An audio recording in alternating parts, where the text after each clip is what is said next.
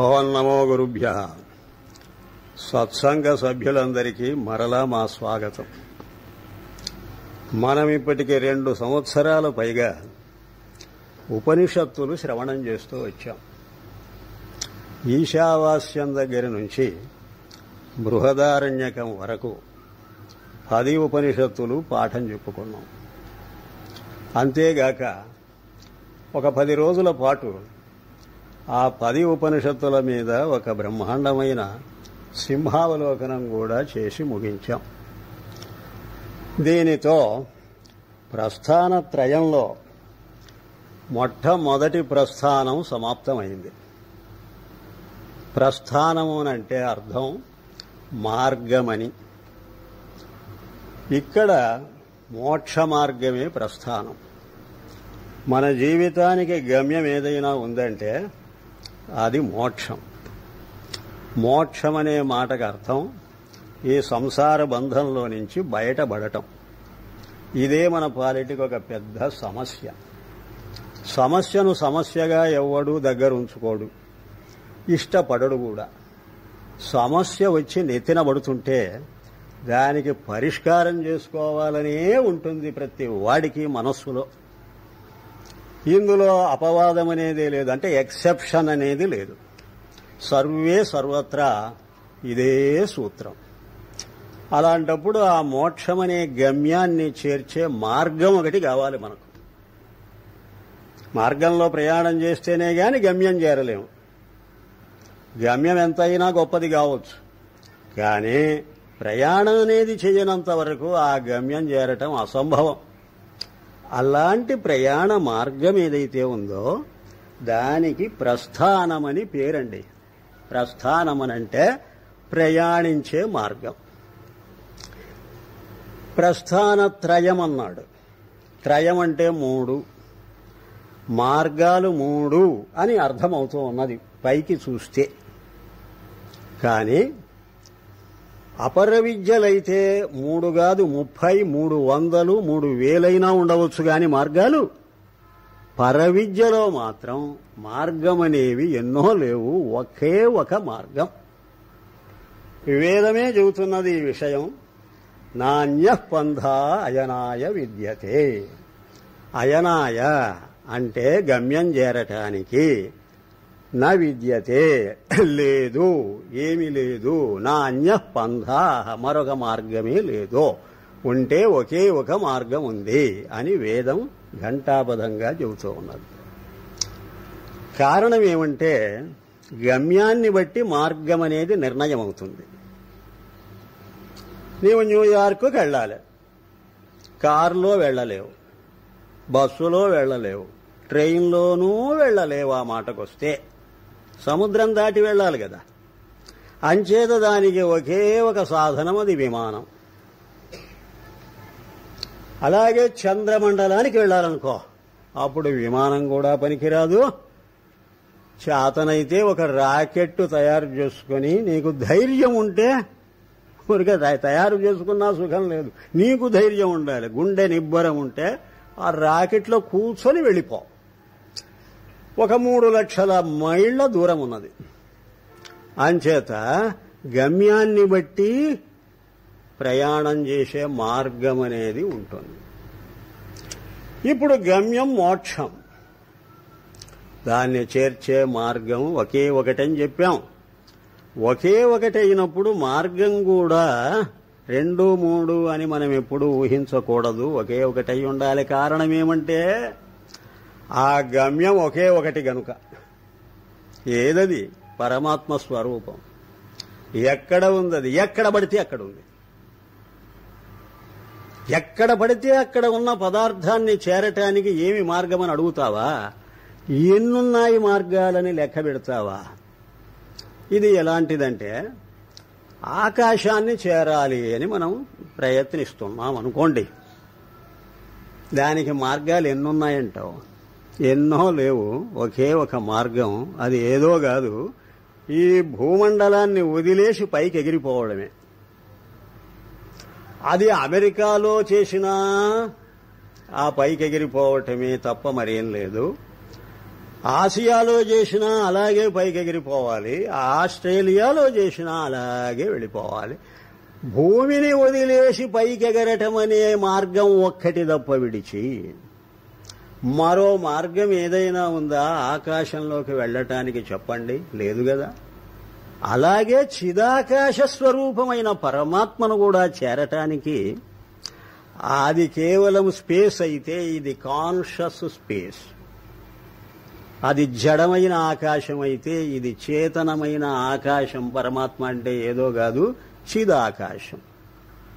ఆకాశంలాగా విస్తరించిన శుద్ధ చైతన్యం, అది పరమాత్మ అంటే. దాన్ని చేరడానికి ఎన్నుంటాయండి మార్గాలు? దీన్ని చేరటానికే లేవంటున్నప్పుడు దాన్ని చేరడానికి 2, 3, 4 ఉంటాయా? ఒకే ఒక మార్గం. ఇక్కడ రాకెట్లో కూర్చొని వెళ్ళిపోవడం అయితే అక్కడ మనస్సు అనే రాకెట్టులో కూర్చొని చేసే ప్రయాణం అది. ఆ చిదాకాశంలోకి వెళ్ళిపోవలసినది మానవుడి మనస్సు. ఏ మనస్సు అయినా సరే చేయవలసిన పని అదే, అంతకు తప్ప మరేం లేదు. అంచేతనే ఒకే ఒక మార్గం అని చెప్పటం ఇంతకు. అయితే మరి త్రయం ఏమిటండి? ప్రస్థాన త్రయం అన్నారే మీరు. 3 మార్గాలని మాకు బోధపడుతూ ఉన్నది. ఆ 3 అనే సంఖ్య ఎందుకు వచ్చింది, ఎలా వచ్చింది అని అడిగితే 3 అనేవి మార్గాలు కావండి. మార్గం ఒకటే, మరి 3 ఏమిటి? ఒకే మార్గంలో ఉండే 3 మజిలీలు అని అర్థం చేసుకోవాలి మనం. 3 మజిలీలవి, 3 stages on one and the same path. ఒకే మోక్ష మార్గంలో మొదటి మజిలీ ఉపనిషత్తులు, 2వ మజిలీ బ్రహ్మసూత్రాలు, 3వది భగవద్గీత. ఇవి మజిలీలు, మార్గాలు కావు. అంచేత ఈ 3ంటికి కలిపి ప్రస్థానత్రయమని పేరు పెట్టారు. ఇందులో ఉపనిషత్తులు మనము శ్రవణం చేశాం. మొట్టమొదటి ప్రస్థానం అది. ఆ ఉపనిషత్తులు మనకు చేసిన మహోపకారం ఏమిటి? మనకున్న అజ్ఞానాన్ని పోగొట్టి జ్ఞానాన్ని ప్రసాదిస్తూ ఉన్నాయి ఉపనిషత్తులు. ఉపనిషత్తులు నువ్వు శ్రవణం చేస్తే కలిగే ఫలితం అది. అజ్ఞానం ఏమిటండి? జ్ఞానము లేకపోవటమే అజ్ఞానం. అంటే మనకొక రహస్యం తెలియకపోవటం, అది అజ్ఞానం అని అంటే. ఏమిటా రహస్యం? మనం చూచే ఈ ప్రపంచం ఈ 2ంటికి అతీతంగా ఉందనుకునే ఈశ్వరుడు, జీవుడు, జగత్తు, ఈశ్వరుడు, ఈ 3 వాస్తవంలో లేవు. రహస్యం అంటే చెబుతున్నా తమకు. ఈ 3 ఉన్నాయని భ్రమపడుతున్నాం మనం. ఇది కేవలం భ్రమే గాని భ్రమ కాదు.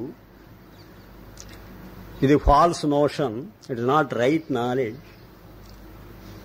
సమ్యజ్ఞానం కాదు, ఇది భ్రమజ్ఞానం. మరి ఏమిటయ్యా సమ్యజ్ఞానం అనంటే ఈ 3 కలిసి సచ్చిద్రూపమైన ఆత్మతత్వమే. నేననేటువంటి స్ఫురణే ఒకటి జీవుడుగా, మరొకటి ఈశ్వరుడుగా, ఇంకొకటి 2ంటిని కలిపే జగత్తుగా విభక్తమై కనిపిస్తున్నది. అన్డివైడెడ్ గా ఉన్నటువంటి ఆత్మే మన అజ్ఞానవశాత్తు డివైడ్ అయి కనిపిస్తున్నది. ఇది ఉపనిషత్తు చెబుతున్న గొప్ప సందేశం. దీనికి అజ్ఞానమని పేరు పెట్టారు శాస్త్రజ్ఞులు. ఇది నీకు నాకు కాదు, ఈ భూమండలం మీద పుట్టిన ప్రతి ఒక్క జీవికి పట్టుకొన్న ఒక పెద్ద జిడ్డు. ఈ జిడ్డు కడిగేసుకోవటమే మనం చేయవలసిన కర్తవ్యం. అది ఎలాగా అని అడిగితే అజ్ఞానం పోగొట్టే మార్గం జ్ఞానం తప్ప మరేం లేదండి. అలాంటి జ్ఞానం మేము మీకు అందిస్తాం, మీరు స్వీకరించండి అని దశోపనిషత్తులు మనకు అలాంటి బ్రహ్మజ్ఞానం అనండి, లేదా ఆత్మజ్ఞానమనండి అది అందించాయి. ఇదం సర్వం యదయమాత్మా, ఏ మొత్తం ఆత్మస్వరూపమే సుమా, పొరబాటు పడకండి. ఇది బృహదారణ్యక పంక్తి. ఈ మొత్తం అనే మాటకి ఎంత బాధ్యత ఉన్నదో తెలుసా? ఈ మొత్తం అని అంటున్నాడు, ఇదం సర్వం అని అంటున్నాడు. అంటే అర్థం జీవుడుగా, జగత్తుగా, ఈశ్వరుడుగా చూస్తున్నావే ఈ మొత్తం. దీనికి ఏమిటో తెలుసా పేరు? ఆత్మ అని బ్రహ్మాండమైన డిక్లరేషన్ ఇచ్చేసేసింది ఉపనిషత్తు. ఇది మనం 2 సంవత్సరాల పైగా శ్రవణం చేసి కూర్చున్నాం. మంచిదే. దీనివల్ల ఆత్మ తాలూకు జ్ఞానం అనేది మనకు లభించింది. దాని అడ్రస్ తెలిసింది. అది జ్ఞానం అంటే. కానీ దాని మీద ఒక పెద్ద సందేహం వచ్చి పట్టుకున్నది మనకు. ఏమిటి ఆ సంశయం అనంటే, నేను అంటే ఈ ప్రపంచాన్ని చూస్తున్న నా జ్ఞానం కదా, మరి నా ఎదట కనిపిస్తూ ఉన్నటువంటిది నాకు గోచరిస్తున్న ప్రపంచం కదా, నేను ప్రపంచం ఎలా అవుతాను? ప్రపంచం నేనెలా అవుతాను? నేను ప్రపంచమైతే నా సీటు ఖాళీ అయిపోతుంది. ప్రపంచాన్ని చూచే జ్ఞానం లేకుండా పోవలసి వస్తుంది. లేక ప్రపంచమే నేనైపోతే నేను చూడడానికి ఇంకా ఏమీ మిగలదు. మిగలకపోతే ఇది భార్య అని, ఇది బిడ్డలని, ఇది ఇల్లని, ఇది వాకిలని, ఇది సుఖమని, దుఃఖమని నా మనస్సుకి ఎలా వస్తున్నది? ఇది ఫ్యాక్ట్ అవునా కాదా? సర్వులకు అనుభవంలో ఉన్న ప్రపంచాన్ని కాదనటానికి నీకెవడిచ్చాడు అధికారం? ఇలాంటి సందేహాలు కుప్ప తెప్పలుగా వచ్చి పడుతున్నాయి. ఒక్క మాటలో చెబితే, అనాత్మగా కనిపించే ప్రపంచం ఆత్మస్వరూపం అని అర్థం చేసుకోవటం ఎలాగా? ఆత్మ ఆత్మే, అనాత్మ అనాత్మే కదా. సబ్జెక్ట్ ఆబ్జెక్ట్ ఎలా అవుతుంది? ఆబ్జెక్ట్ సబ్జెక్ట్ ఎలా అవుతుంది? నేను నాది ఎలా అవుతాను? నాది నేనెలా అవుతుంది? ఇదేంటి ఒక్క మాటలో చెబితే. ఈ సందేహం ఉన్నంత వరకు నువ్వు సాధన చేయలేవు. మోక్ష మార్గంలో ప్రయాణం అనేది సాధ్యం కాదు. మరి ఈ సందేహాన్ని నివారించవలసిన డ్యూటీ ఎవరిది? ఉపనిషత్తులు చేశాయా పని, చెయ్యకపోలే. ఒక మాట గుర్తుంచుకోండి, ప్రస్థానత్రయం అనేది అంతా కలిపి ఒకే ఒకటి అని మనం అర్థం చేసుకోవాలి. అసలు ఎప్పుడు కూడా ఉపనిషత్తుల వల్ల శ్రవణమే కాదండి, మననము నిధిధ్యాసన కూడా చేశాం మనం. వాటర్ టైట్ కంపార్ట్మెంట్స్ కావవి. ఉపనిషత్తులో సందేహ నివృత్తి చేసే మార్గం లేదనుకోకండి, ఉంది.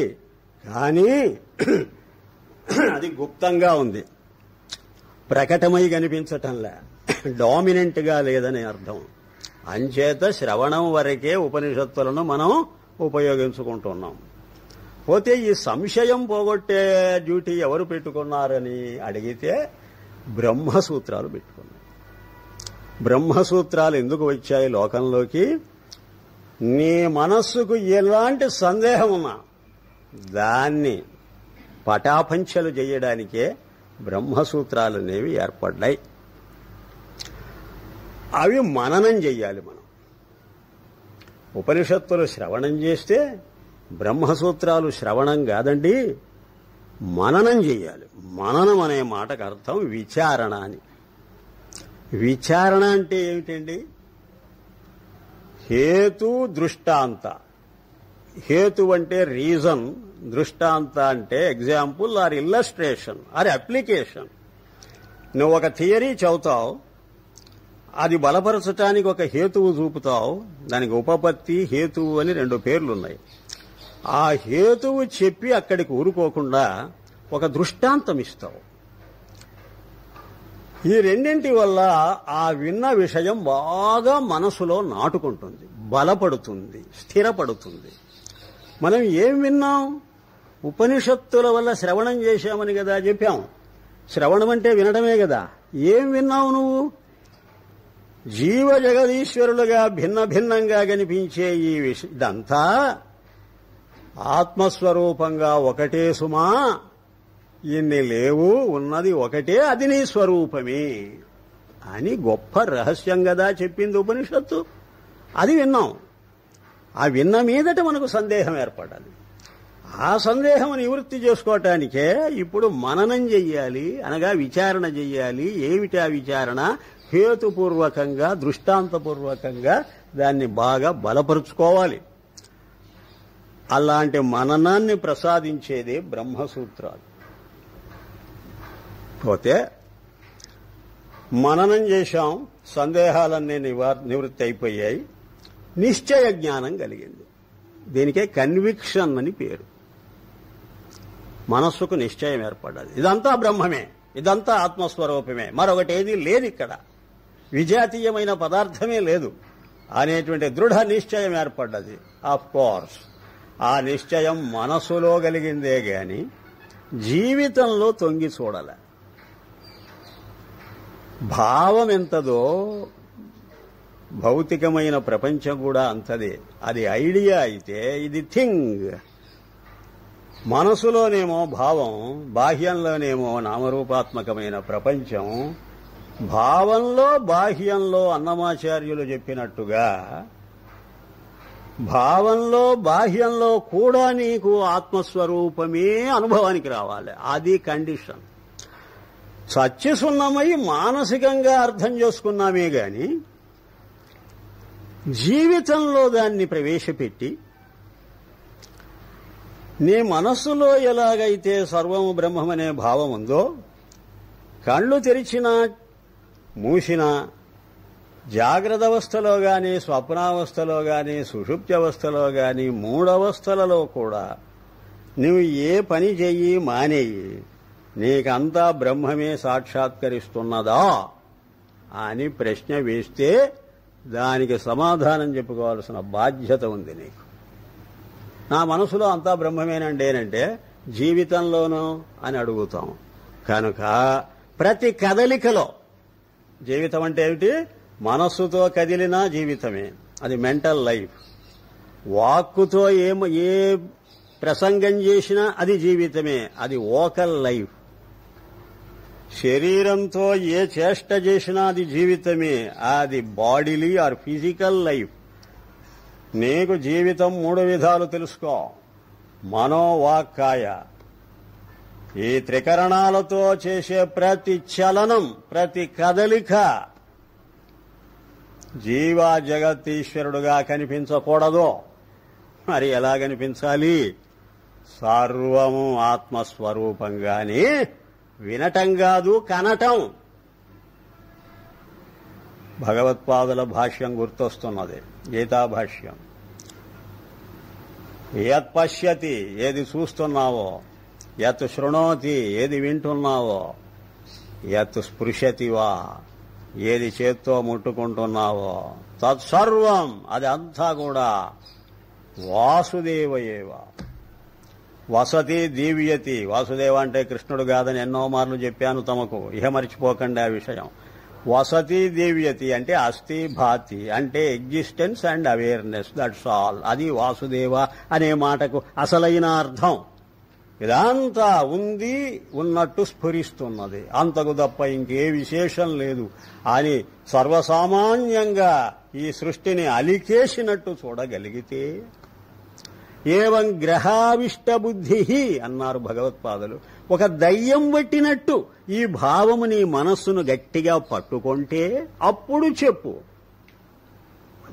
చెప్పు ఇదంతా ఆత్మస్వరూపమేననే మాట. అంతేగాని నోటి మాట కాదు, మనసు మాట. మనసు చెప్పాలి, ఆ తర్వాత నోరు చెప్పాలి, ఆ తర్వాత శరీరం చెప్పాలి, ఆ తర్వాత నీ జీవితమే చెప్పాలి. అది అరవింద ఘోష్ చెప్పిన life divine. The entire life should become divine, divinified. ఇదంతా దివ్య జీవనం. జీవితమే దివ్యమైపోవాలి. ఇప్పుడు మర్త్యం మన జీవితం, మనది మార్టల్ లైఫ్, అది ఇమ్మార్టల్ లైఫ్, దివ్య జీవనం. దానిలో మెంబర్ అయి ఉండాలి నువ్వు. దివ్య జీవన సమాజ సభ్యత్వం అనేది నీకు ఏర్పడాలి. కనుక అలా ఏర్పడకపోతే నీవు ఎన్ని సందేహాలు పోగొట్టుకున్నా మానసికంగా పోగొట్టుకోవాల్సిందే గాని భౌతికంగా పోగొట్టుకోలేవు. యాక్చువల్ లైఫ్ వేరుగా ఉంటుంది, ఐడియల్ లైఫ్ వేరుగా ఉంటుంది. ఉపయోగం లేదు. తీర్థానికి తీర్థం, ప్రసాదానికి ప్రసాదం రెండూ కలిసి సమన్వయం అవ్వవు. అలా అవనంత వరకు దాని పేరు విపర్యయం అన్నారు.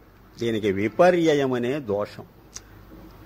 అజ్ఞానమనే దోషం మొదటిది. దాన్ని పోగొట్టుకోవటానికి ఉపనిషత్తులు శ్రవణం చేశాం. సంశయమనే దోషము రెండవది. దాన్ని పోగొట్టుకోవడానికి బ్రహ్మసూత్రాలు మననం చేశాం.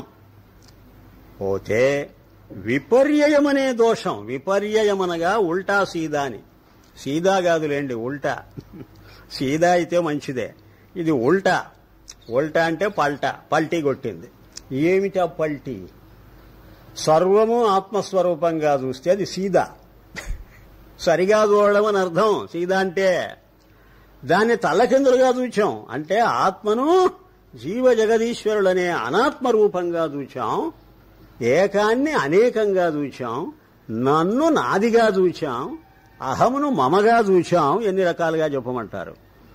అలా చూడడమే పెద్ద ఉల్టా అయిపోయింది. మన జీవితమే పల్టీ కొట్టింది. దీనికి విపర్యయమని సంస్కృతంలో నామధేయం. ఈ విపర్యయం అనే దోషం ఉన్నంత వరకు మానసికంగా ఎంత నిశ్చయ జ్ఞానం సంపాదించినా భౌతికంగా తద్విరుద్ధంగా కనిపిస్తున్నది మొత్తం నీ జీవితం. అంచేత ఈ విపర్యయం అనే దోషం పోగొట్టడానికి మరొకటి ఉన్నది, మజిలి. దానికి నిధిధ్యాసన అని పేరు. నిధిధ్యాసన లేదా ధ్యానం. ధ్యానం అంటే మీకు యోగం గుర్తొస్తుంది. అందుకని అద్వైతులు దాన్ని నిధిధ్యాసన అని పేరు మార్చి చెప్పారు.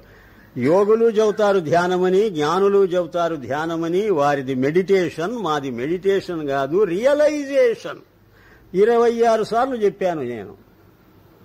ఇక మీరు మర్చిపోతే నేను ఒప్పుకోను. యోగులది మెడిటేషన్, దానికి ధ్యానం అనే పేరు. జ్ఞానులది మెడిటేషన్ కాదండి, దయ ఉంచి అర్థం చేసుకోండి. ఇది రియలైజేషన్. దానికి దీనికి తేడా ఏమిటంటే, నీ ఒక ధ్యేయమైన దాన్ని నీకు వేరుగా చూచి దాని మీద మనస్సు పెడితే అది యోగ ధ్యానం. సర్వము నా స్వరూపమేనని గుర్తిస్తే ఇది అద్వైత ధ్యానం. దీన్ని ధ్యానం అనకూడదు, జ్ఞానం అని అనాలి. ఆ మాటకు వస్తే మరి దానికి దీనికి మధ్యస్థంగా చెప్పిన మాట నిధిధ్యాసన అంటే అర్థం నిధ్యాతుమిచ్చా నిధిధ్యాస. ధ్యానం వేరు, నిధ్యానం వేరు. నిధ్యానం అంటే close keen observation, choiceless observation. ఇంకా ఏది మనస్సుకు రాకుండా అలాగా నిఘా పెట్టి చూచావంటే నీకు నీ స్వరూపమే పైకొచ్చి కనిపిస్తుంది. ఇంకా ఏది చూచినా స్వరూపం మరుగుపడిపోయి దాని బదులు మరొక రూపం కనిపిస్తుంది. చూచారో లేదో, మీరు ఏది మనసుకు వచ్చినా దాన్ని పక్కకు దోసేసి కూర్చోండి. అప్పుడు మీకు ఏది కనిపిస్తుందండి? మీకు భిన్నంగా ఏది కనిపించదు. మరి ఏది? మీకు మీరే కనిపిస్తారు. అది ఎలా కనిపిస్తారో అడక్కండి, నన్ను అడక్కండి. మరేదీ కనిపించకుండా మీ మనస్సును ఖాళీ చేసి కూర్చున్నప్పుడు మీరే చెప్పండి నాకు సమాధానం. ఏది కనిపిస్తుందో నేను కాదు చెప్పవలసింది, మీరు చెప్పాలి. ఖాళీ చేసుకున్నది మీరు, కనిపించేది నాకా? ఏమైనా అర్థం ఉన్నదా? ఎవరు ఖాళీ చేసుకుంటే వాడికే కనిపిస్తుంది. ఆ ఖాళీలో ఏముందో, ఖాళీలో ఏముంది? నీవు ఉన్నావు. ఎవరా ఖాళీ చేసుకున్నది? నీవు కాదు. నీవు ఖాళీ చేసుకున్నావు అంటే నీవెవరు? నీవనే స్ఫురణేగా, నీ జ్ఞానమేగా ఆ ఖాళీ చేసుకున్నది. అప్పుడు ఆ ఖాళీలో ఉన్నది నీ జ్ఞానమేగా. ఖాళీ జ్ఞానం, జ్ఞానం ఖాళీ. ఖాళీ జ్ఞానం, జ్ఞానం ఖాళీ. జ్ఞానం ఖాళీ అయితే చిత్తు సత్ అయింది. ఖాళీ జ్ఞానం అయితే సత్తు చిత్ అయింది. ఆ సచ్చిత్తుల యొక్క స్థితి ఏదో అది నీ స్వరూపం. కనుక నిధ్యానం అంటే కీన్ అబ్జర్వేషన్. అదే దాని మీదనే తదేక దృష్టితో కూర్చోవటమని అర్థం అండి. అలాంటి ఇచ్ఛకు నిధిధ్యాస అని పేరండి. నీకు ఆ సంకల్పం ఉంటే కానీ కూర్చోలేవుగా, కనుక నిధిధ్యాస అని పేరు పెట్టారు దానికి. ఇది మనకు అందించేటువంటి ప్రస్థానం భగవద్గీత, మరేది కాదు. భగవద్గీత ఖదర్ ఎంత గొప్పదో ఇప్పుడు అర్థమైందా మీకు? నేను మొదటి నుంచి చెబుతూనే ఉన్నా, భగవద్గీత ఇప్పుడే చదవకండర్రా. మీరు ఎవరైనా చేతిలో పట్టుకున్నారంటే నాకు ఎలర్జీ. ఏమర్థమైందని మనం భగవద్గీత మీద చేయి వేశాం. ఒక పెద్ద మెడికల్ డిక్షనరీ ఉంటుంది, వాడు కూడా ఆ టెర్మినాలజీ ఒక్కొక్క శబ్దానికి అర్థం రాస్తుంటాడు. అది మెడికల్ పార్లెన్స్, మెడికల్ లాంగ్వేజ్. అది నీకేమర్థమవుతుందని ఆ పుస్తకం చేతికి తీసుకున్నావు? ఒక జ్యోతిష్ శాస్త్రం మీద బ్రహ్మాండమైన అడ్వాన్స్డ్ వర్క్ ఉన్నది, ఒక పెద్ద గ్రంథం ఉన్నది, జాతక మార్తాండం అంటాడు. నీకు ఏమర్థమైందని ఆ పుస్తకం చేతికి తీసుకున్నావు? నీకు ఫండమెంటల్స్ తెలియదు, పునాదే గట్టి లేదు నీకు. బిల్డింగ్ ఎలా కడతావు? కనుక తక్కువ నీవు ప్రతివాడు కూడా భగవద్గీత నాకు 700 శ్లోకాలు నోటికొచ్చునని గొప్పలు చెప్పుకుంటే నమ్మకండి. వాడికి శ్లోకాలు వచ్చు, శ్లోకాలకు అర్థం తెలియదు. ఆ అర్థం కూడా బాహ్యార్థం తెలుసు, లక్ష్యార్థం తెలియదు. లక్ష్యార్థం సచిసున్నమై తెలిసినా తాత్పర్యార్థం అస్సలే తెలియదు. ఇంకా ఏమొచ్చింది మనకు? కనుక ప్రస్థానత్రయం అంటే ఇది. ఉపనిషత్తులు మొదటి ప్రస్థానం, అది మన అజ్ఞానాన్ని పోగొట్టడానికి శ్రవణం చేస్తే జ్ఞానాన్ని అందించింది. బ్రహ్మసూత్రాలు రెండవ ప్రస్థానం, అది మనకు ఆ జ్ఞానం కలిగిన తరువాత సందేహాలు ఏర్పడితే ఆ సందేహాలన్నింటినీ చిత్తుగా నలగొట్టి పారేసింది.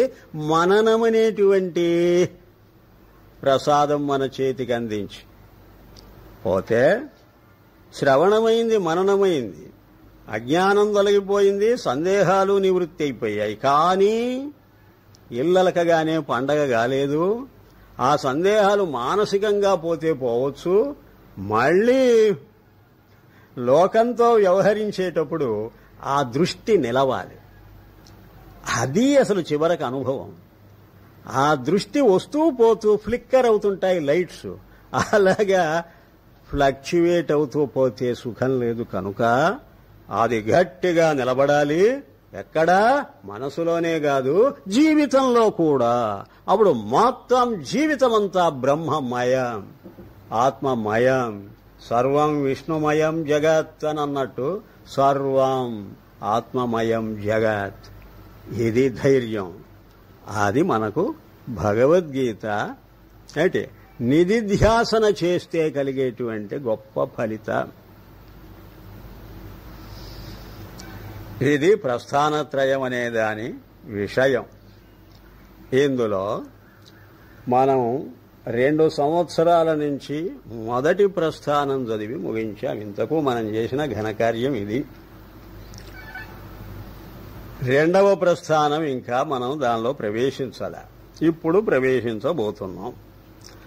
దీని తరువాత వచ్చే సంవత్సరమో ఏమో మూడవ ప్రస్థానంలో కూడా అడుగు మోపుతాం. అది భగవద్గీత. అక్కడికి మన ప్రయాణం సమాప్తమైపోతే మనకు కలిగే ప్రయోజనమేమిటి, ఫలితమేమిటి అని ప్రశ్న వచ్చింది. ఒక మాట, ప్రయోజనం అనుద్దిశ్య న మందోపి ప్రవర్తతే. ఏది ప్రయోజనం లేదని అంటే ఎంత మూఢుడు కూడా ఆ పని పెట్టుకోడట. నువ్వు ఒక పని పెట్టుకున్నావనంటే దానికి ఏదో ఒక పర్పస్ ఉండాలి. పర్పస్ లెస్గా, ఎయిమ్ లెస్గా ఏ పని చెయ్యం మనం. ఎవడు పిచ్చివాడు కూడా చేయడా పని. మన బోటి వాళ్ళం అంత పని చేయగలమా? అయితే మరి ఏమిటండి, ఏమిటా ప్రయోజనం అని అడిగితే యాజ్ఞవల్క్య మహర్షి మైత్రేయికి బోధ చేస్తూ అన్న మాట ఏమిటో తెలుసా? ఒక బ్రహ్మాండమైన యూనివర్సల్ స్టేట్మెంట్ అది. ఏ సైంటిస్టు చెప్పలేడు, ఏ ఆర్టిస్టు చెప్పలేడు, ఎవ్వడు ఇంతవరకు ఊహించని పరమ సత్యం. ఏమని చెప్పాడంటే ఆయన, ఆత్మావారే ద్రష్టవ్య. ఓ మైత్రేయి, నువ్వు ఎప్పటికైనా అర్థం చేసుకోవలసినది, అనుభవానికి తెచ్చుకోవలసినది. ద్రష్టవ్య అన్నాడు, అంటే దర్శించవలసినది. ఏమిటో తెలుసా? ఆత్మ. ఎలాగండి ఆ దర్శించటం అని ఆవిడ అడిగితే, శ్రోతవ్యో మంతవ్యో నిదిధ్యాసితవ్య అని 3 పాయింట్ ఫార్ములా అని పేరు పెట్టాను నేను. ఈ 3 పాయింట్ ఫార్ములా చెప్పివేసి వెళ్ళిపోయాడు ఆయన. ఎంత గొప్ప మాట చూడండి. నువ్వు ముందు శ్రవణం చేయి, శ్రోతవ్య, తర్వాత మననం చేయి, మంతవ్య, తర్వాత నిదిధ్యాసన చేయి, నిదిధ్యాసితవ్య. యు మస్ట్ అని అర్థం. ఆ తవ్య అనే మాటకు you should do, you must do it, it is your duty. అంటే తప్పించుకొని పోతావేమో, జాగ్రత్త, కండిషన్ పెట్టాడు ఆయన. ఇదండి కేవలం అధ్యాత్మ విషయంలోనే కాదండి, భౌతికమైన అన్ని శాస్త్రాల్లో కూడా ఈ సూత్రం వర్తిస్తుందండి. శాస్త్రం వరకు దేనికండి, మన జీవితానికి కూడా వర్తించేటువంటి మాట ఇది. ఏదైనా నీకు అనుభవానికి రావాలంటే నువ్వేం చేస్తావు? ముందు ఎవడైనా ఒక మాట చెబితే వింటావు, అక్కడ స్టార్ట్ అవుతుంది. తర్వాత నీకు ప్రశ్న వస్తుంది, ఏమిరా ఇది నిజమేనా అని అడుగుతావు. నీకు సందేహం, ఆ సందేహాలన్నీ పోగొట్టుకోవడానికి ప్రయత్నిస్తావు. ఇది 2, 3 అండి. సరే అయితే వెళ్ళి చూస్తానంటావు. అక్కడికి వెళ్ళి ఆ వస్తువును చూస్తేనే ఇది పరిపూర్ణమవుతుంది. దీనికి 3 R'లని పేరు పెట్టాడు. English R. ఒకటి రీడింగ్, రెండవది రిఫ్లెక్టింగ్, మూడవది రియలైజింగ్. ఒకటి వింటావు, తర్వాత ఆలోచిస్తావు, తర్వాత కంటావు. ఇంతే మాట. దాంతో సమాప్తం నీ ప్రయాణం. అదే అనుభవం. దానికే సాక్షాత్కారం అని పేరు. ఆ రియలైజేషన్ ఉందే, దానికి సాక్షాత్కారం లేదా ప్రత్యక్షం అవటం అని పేరు పెట్టారు. అంటే ఏది ఇప్పుడు మనకు సాక్షాత్కరించవలసింది ఏమిటి? మన ఆత్మస్వరూపం.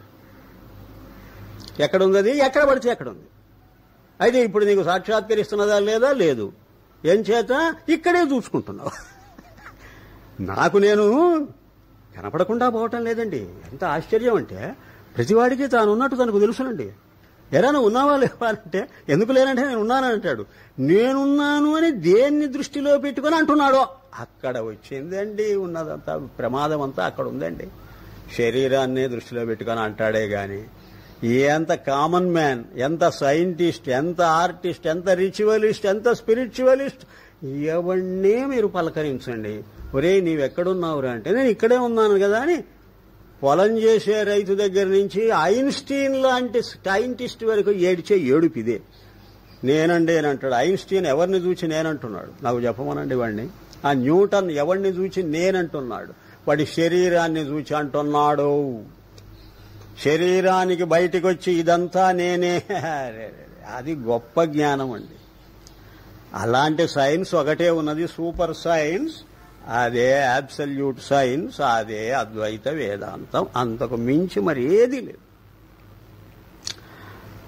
అంచేత ఇప్పుడు శ్రవణం, మననం, ధ్యానం అనంటే మీరు ఏవో అనుకోకండి, అన్నింటికీ వర్తించేటువంటి సూత్రాలవి.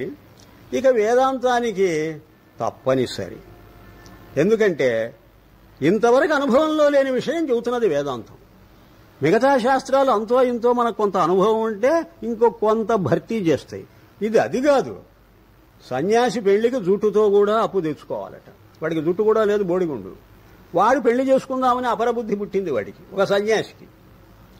కొన్నేళ్లు అయిన తర్వాత అప్పుడు పెళ్లి చేసుకుందాం అనుకున్నాడట. మళ్ళీ గృహస్థాశ్రమానికి రావాలని విసుగు పుట్టిందో ఏమో సన్యాసం. అప్పుడు వాడికి అన్నీ సమకూర్చుకోవాలి కదండి. డ్రస్సు గిస్సు దేవుడు ఎరుగు, అసలు జుట్టు లేదు వాడికి. అక్కడి నుంచి ఒక టోపాయో ఏదో కొనుక్కోవాల్సి వచ్చిన కర్మ పట్టింది. అలాగే బ్రహ్మ విద్యకు ప్రతి ఒక్కటి మనం సమకూర్చుకోవాల్సి వస్తున్నది. శ్రవణ మనన నిధ్యాసనలు ఇంకా ఎక్కువగా చేయాలన్నమాట. సరే, మంచిదే. ఇప్పుడు మనం శ్రవణం చేశాం, ప్రవేశిస్తున్నాం. ఈ మననాన్ని మనకు ఒక ప్రసాదంగా అందిస్తున్న గొప్ప గ్రంథం బ్రహ్మసూత్రాలు. బ్రహ్మసూత్రాలంటే అర్థం ఏమిటి? బ్రహ్మతత్వాన్ని సూచించేదేదో అది సూత్రం. సూత్రం అనే మాటకు అర్థం అండి సూచించేది అని. అక్షరం, అసందిగ్ధం, సారవత్, విశ్వతోముఖం, అస్తోభం, అనవద్యంచ, సూత్రం సూత్రవిదో విదుహు అని సూత్రమనే శబ్దానికి నిర్వచనం చేశారు పెద్దలు. సూత్రం అంటే ఏమిటని? మంగళసూత్రమా? ఏం సూత్రం? సూత్రం అంటే మేము చెబుతున్నాం వినండి. అల్పాక్షరం, ఎక్కువ వాగకండి. మీరు నోరుంది కదా అని మీ ఇష్టం వచ్చినట్టు వాగితే మేము ఒప్పుకోమంటారు. ఎంత ఇకానమీ ఆఫ్ ఎక్స్ప్రెషన్.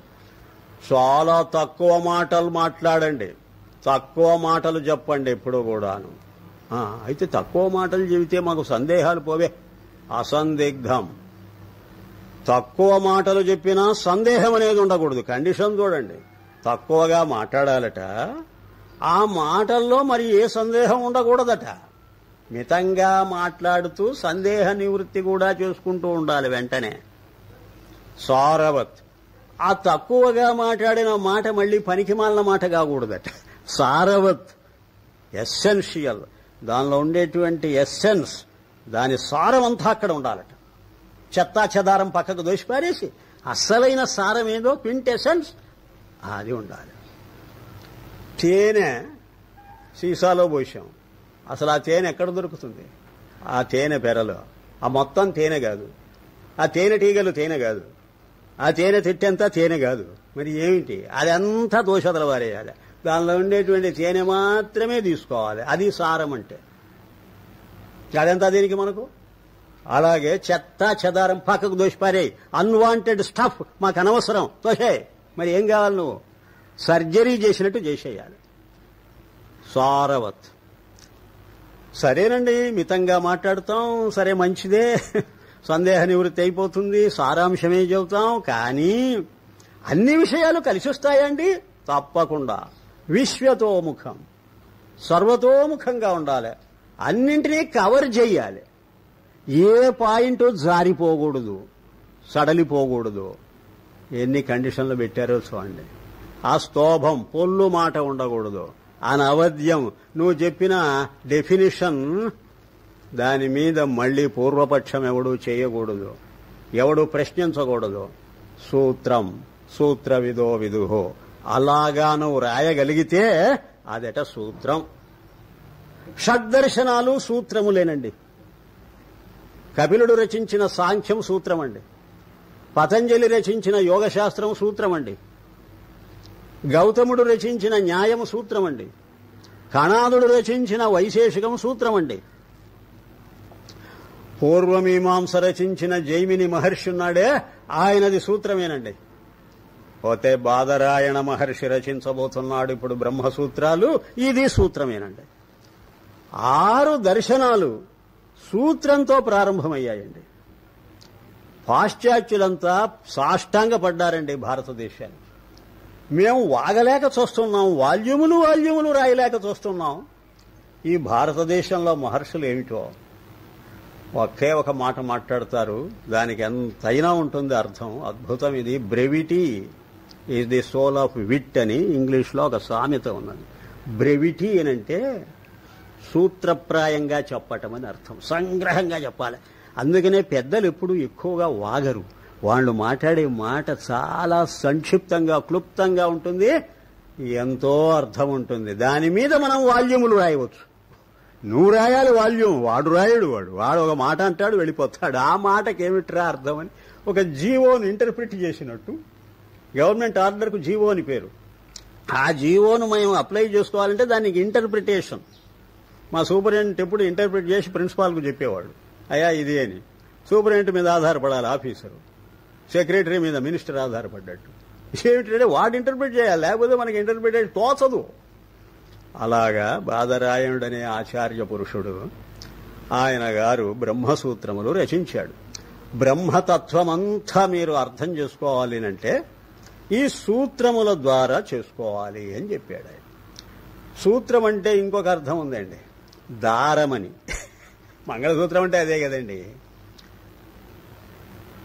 దారానికి సూత్రమని పేరు కదండి. అది కూడా సరిపోతుందన్నారు శంకర భగవత్పాదులు. బ్రహ్మసూత్రాలు అనేవి దారాలేని అన్నాడు. దారం ఏమిటండి అంటే వేదాంత వాక్య కుసుమ గ్రథనార్థత్వాత్ సూత్రాణం అని ఆయన మాట. వేదాంత వాక్యాలనేటువంటి పూసలను లేదా పూలను గుచ్చి దండలుగా తయారు చేసి మన మెళ్ళో వేస్తున్నాడండి బాదరాయణ మహర్షి. పూలు ఏమిటో తెలుసా? ఈశావాస్యం ఒక పువ్వు, కేనోపనిషత్తు ఒక పుష్పం, కఠోపనిషత్తు ఇంకొక కుసుమం, వేదాంత వాక్య కుసుమ ఉపనిషద్వాక్యాలనే పూలను గ్రథన వాటన్నింటినీ కట్టే కుట్టే దండలండి. అవండి ఈ బ్రహ్మసూత్రాలు అని చాలా చమత్కారంగా చెప్పారు శంకర భగవత్పాదులు. అది చమత్కారంగా చెప్పినా చాలా సత్యం. ఇలాంటి బ్రహ్మసూత్రాలకు మరొక పేరున్నది. ఆ పేరేదో కాదు, ఉత్తర మీమాంస. మీమాంస అంటే అసలు అర్థం ఏమిటి? మీమాంస అనంటే విచారణ, చర్చ, ఒక ఇన్వెస్టిగేషన్, ఒక స్క్రూటినీ, ఒక సమీక్ష, ఒక పరీక్ష, ఒక విమర్శ. దేని మీదనండి? 4 వేదాల మీద. 4 వేదాలు మాకు సబ్జెక్ట్ మ్యాటర్, అది డేటా. దాని మీద విచారణ చేస్తూ ఉన్నారు. ఆ విచారణకు మీమాంస అని పేరు. ఏమిటి ఆ విచారణ? వేదం తాత్పర్యం ఏమిటి అని, వేదం అసలు చెబుతూ ఉన్న విషయం ఏమిటి అని ప్రశ్న వచ్చింది. అందులో కొందరేమన్నారంటే కర్మే చెబుతున్నదండి వేదము, ఇంకేమీ చెప్పటం లేదు అన్నారు. అంటే అర్థం యజ్ఞం, యాగం, జపం, తపం ఇలాంటి అనుష్ఠానమే చెబుతూ ఉందండి ఎంతసేపటికి. ఈ కర్మానుష్ఠానం చేసినందువల్ల మనకు ఒక ఫలితం కూడా ఉందండి.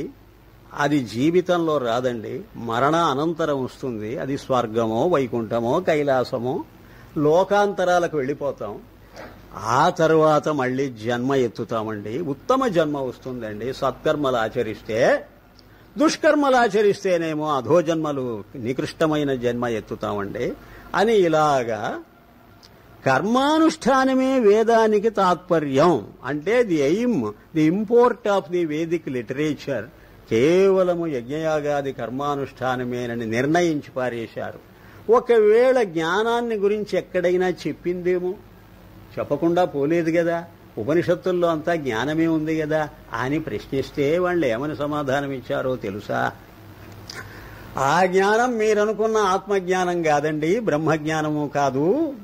అది కేవలం ఈ కర్మలు ఏ దేవతను ఉద్దేశించి చేస్తున్నామో ఆ దేవతా స్వరూపాన్ని విప్పి చెప్పేటువంటి జ్ఞానం అండి.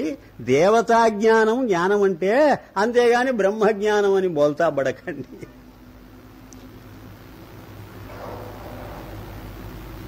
మరి ఆ దేవతను చేరడానికి చెప్పే మార్గాలు కూడా ఉన్నాయి కదండి, అవేనండి లోకాంతరాలు. ఈ రహస్యాలు మనకు తెలియకపోతే అది తెలుపుతూ ఉన్నదండి వేదం. జ్ఞానం అనేది కర్మకు అంగం, అంటే సబ్సిడియరీ, మెయిన్ కాదు. మెయిన్ కర్మ, దానికి తోడ్పడేటువంటిది జ్ఞానం. అంతేగాని జ్ఞానము దానికి తాత్పర్యం కాదు, గమ్యం కాదు అని నిర్ణయించి పారేశారండి. ఎవరండి? పూర్వమీమాంసకులు. వీరికి పూర్వమీమాంసకులని పేరు. అంటే మొదట కర్మే ఉన్నది, జ్ఞానం లేదని అన్నారు గనక వీరికి పూర్వమీమాంసకులని పేరు వచ్చింది. పూర్వ అనే మాట కూడా మరిచిపోయి తర్వాతి వాళ్ళు ఏమన్నారంటే మీమాంసకులు అన్నారు. మీమాంసకులు అంటే పూర్వ అనేది అండర్స్టూడ్ అన్నమాట. చూచారా? దీన్ని ముందు లోకంలోకి ప్రవర్తింపజేసిన వాడు జైమిని అనే ఆచార్యుడు. ఆయన ధర్మశాస్త్రము రచించి వెళ్ళిపోయాడు. అది రిలీజియస్ సైన్స్.